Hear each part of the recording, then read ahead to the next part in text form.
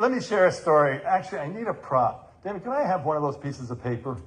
Just a prop. Thank you. I'll give it right back. When I was 10 years old, I was definitely the kind of kid who colored outside the lines. I wasn't a bad student. I got A's and B's. But what I dreaded, on the bottom of our report cards, what was the one word that I would dread? Yes. It was more like comments. Yeah, I had comments. Comments like, Jeffrey has seen the hallway more than our janitors. Yeah. Oh, as a matter of fact, I knew I took a picture. I just saw it. 2 weeks ago, my wife and I were cleaning out our basement, and I found a box of my old report cards. I want to share one with you. Yeah, it says, Jeffrey, this is 4th grade. Jeffrey still has difficulty controlling his tongue and is constantly disturbing the class. Academically, however, he's a fine student. Yeah, that is the story of my life, all right? I wasn't a bad student. I was a good student. I got A's and B's, but what I dreaded was that comment. So how many of you have 10, 11, 12-year-olds? Anybody? How many of you have ever had a 10, 11, 12-year-old? How many of you don't care if you ever see a 10, 11, 12? Yeah. So imagine my train of thought. 10 years old, I was scared to go home.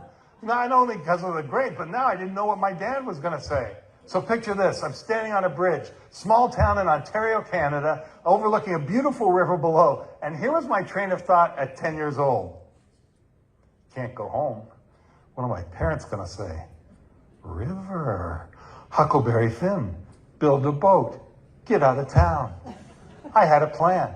I thought that if I could build a raft and float away, my dad would never find me. And a miracle happened. You know what happened. The wind blew.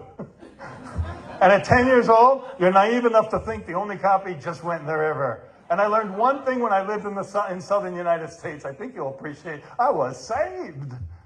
Oh, thought I'd throw that in for you. I ran home thinking my dad will never know. 2 days later, my dad came to me waving 2 things in his hands.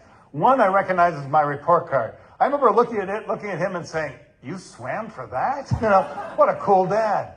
But if you remember nothing else that I said this afternoon, it would be this. Shatter the stereotype of the experience your customer expects to have with you.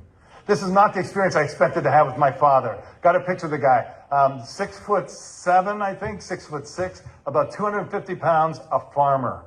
And instead of saying, or in those days doing what I thought he was going to say or do, with his other hand, he handed me a copy of a poem and he said, here, read this. Now, he wasn't a very poetic kind of guy, my dad. He had found it. Somebody had given it to him, anonymously written. I remember reading it, looking up at him and saying, Dad, am I in trouble or not? I don't understand. And he said the worst words you can say to a 10-year-old. He looked at me and he said, one day, son, you'll understand. And he walked away. This is torture for a 10-year-old. What day will I understand? Monday? Tuesday? 9 years later, I was cleaning my dresser drawer to go back to college. I found a copy of the poem. It's been with me ever since.